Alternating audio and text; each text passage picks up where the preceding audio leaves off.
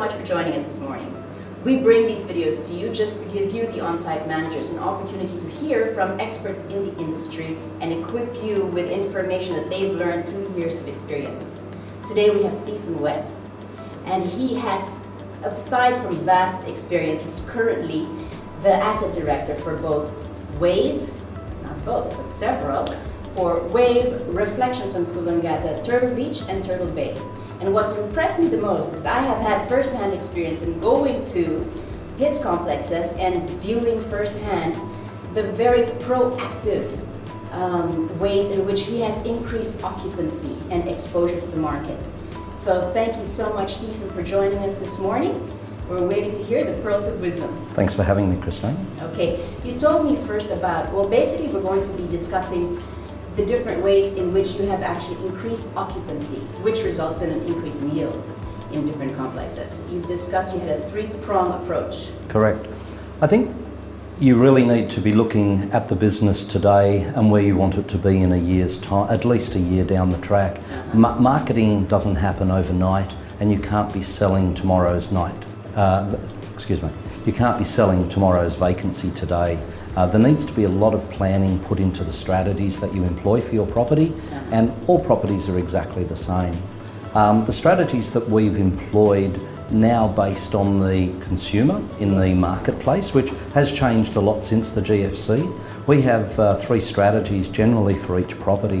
One where we're looking for commitment way down the track, maybe up to 12 months, where we'll offer a advanced purchase type arrangement. This can involve 100% cancellation fee, but they're getting a very good rate. The good thing about that is that you're locking those rooms away for that period of time, and you don't need to worry about those anymore. You then should be looking at a strategy for last minute, so selling stock within 28 days of arrival, where you are really examining what monies you are holding, what you would like to hold, and what the difference is in between. There's some great OTA'S out there now that work very closely with all properties. For the beginners in this industry, remember there's some people just starting next week, OTA'S. OTA'S, online travel agencies such as the What Ifs, the Booking.coms. They're very dominant in the marketplace, and where you would think a brochure in a travel agency would give you good exposure, these people are talking to anybody with an internet connection around the world. So you're getting global coverage for commission around 10 to 15%. And a lot of people do balk at commissions of 10 to 15%, but it's sensible marketing money to be spending this, because doing it by yourself with only relying on products such as, say, Google Words really won't grow your business at all. The third part of the strategy we have is the direct strategy. So how can we increase more direct business with the property without affecting OTA relationships or wholesaler relationships?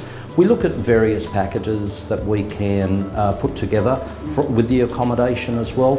And even if you've got nothing on site yourself, many of our properties have restaurants on site or gaming facilities like putt-putt or tennis, for example. You need to be able to bundle things together to make it look like a fully inclusive package for the consumer, just to give yourself some differentiation from your next door neighbour, because if you're not doing it, they might be doing it. That sounds interesting. Now, you were saying as well prior to this interview that we are not exactly going to be marketing peak days. Can you introduce that topic again? I think you've got to get your numbers correct before you decide what your strategies are going to be. Yes. You need to examine which parts of the year you consider peak and which the consumer consider peak. Most of our properties work on about 12 weeks of the year, peak altogether, and the other 40 weeks are the low season. With the low season, it's critical to get your numbers right there, because that's got the highest multiplier in it, 40 weeks, so anything you are doing is timed by 40.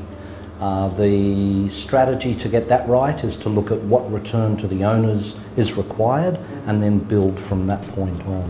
Have a look at your room stock, see what your biggest number of units are within the categories, whether they're 2-bedroom standards, 1-bedroom superiors, 3-bedroom, whatever, it doesn't matter. Make sure you get your numbers correct specifically on the biggest number, because this is the number that will affect all of your numbers with your income. So if you've got 50 2-bedroom superior apartments and 10 one-bedders, it's critical you get the 2-bedroom number correct. It's also very important to get the 1-bedroom correct, but more critical to get the bigger number, because in management rights everything works on multipliers, and if you've got 50 owners and you can somehow extract $1 per month from them, 50 times 1 times 12 times your multiplier is where the money's going into the bank for the businesses. See, the magic of the multiplier does not end when you buy. It doesn't at all. Or when you sell. Correct. So it goes on forever. Yeah. And as I was told way back, you really need to plan your exit strategy from day one, and this is getting all of these numbers right to get your dollars in the bank way up as high as you can whilst you are there. Now, say somebody's coming in, this is his first week, and I actually have some people coming in on July 1, their first holiday resort buildings, etc. What advice do you have for them? Don't change anything in the first week. I like that. You really need to go with the flow, because that's what you've bought, you've examined the figures, that's what you're determining your business purchase on. It would be silly to go in the first couple of weeks, change the linen company or change this or change that. But by the same token, don't fall into the trap and overcommit yourself in that first couple of weeks. If you have contractors dealing with the building that have been there for a while, let them know you need a couple of months to settle in and build that relationship with them. The linen contract, for example, with the property may suit, but you may look at alternates, but you don't want to be doing that in the first couple of weeks. Your first couple of weeks are working out what the important parts of the business are, where the off switches are for everything that supplies the building, working out how each day of the week works, and working closely with your existing suppliers, with any existing contractors such as cleaners, and just assessing the business and getting used to where the money's coming in from. It's foolhardy to go out and change things in that first short period, but have in the back of your mind, if you do have plans, how will those plans fit in, or how will you be able to work towards that plan once you get a bit of knowledge about the building. And this goes for experienced operators as well. Every single building is different, and the only reason I can really speak from the heart, I have control of 8 buildings altogether, and it's every single building is different. You're absolutely right. Actually, this is a promise I do give to every single new owner out there. Is the first 3 to 6 months, you will pull your hair out, you will want to go home, you will call me up and cry and say, I give up. But really, it's just like driving a stick shift. Those first few months, it's learning to do everything at the same time. So learning everything simultaneously, where the light switch is, who the best sparky is going to be, when they'll show up. When you finally get a handle on all that, that's actually when you can put in the changes. But being new in the industry, what would be the most critical, the first new thing you could introduce to increase occupancy? The advice I'd get, a lot of data that you already have within your reservation system, your previous guest database, go out to the previous guests that stayed with you. Let them know there are new managers on site, this is what we're doing at the building, we'd love to meet you again, please come back. People that have stayed with you previously know your building, know the location, and have stayed there because they chose to at that time. You may not get everybody back, but gee, if you could get 10% back, that's 10% more than you may have got back. Out of a database that usually reaches to the thousands. And the critical thing with database as well, going back to day one of the business, make sure you're getting as much data as you can from your guests. Their email address is critical. If you're not getting this data from them, you're missing out on a big opportunity for future campaigns and future communications. Email communications are basically free of charge these days, and it's the most effective way of reaching a big group with a special. That's so true. Okay, now these specials that you offer, you can obviously go out there, and with the savings you make on the booking sites, you can offer a discount. Do you feel like there's a little balance that you have to play with the on-site advertising companies such as OTA'S.com, etc., and your direct bookings, or it's just whatever you can bring in directly, it's fair go and good job? I believe in the second. I believe a little bit in both parts that you've just asked there. You do need to maintain the relationship balance, especially if they're bringing in a major portion of your business. One of our properties relies almost 45% on wholesalers and OTA'S. So we need to maintain that relationship. We can't just slam the door in their face every day. Find out what price matching is about, and find out what commission matching is also about. Often you will be approached to match a price that a consumer has got directly from you with an OTA or with a wholesaler. That's just unfortunately a part of business.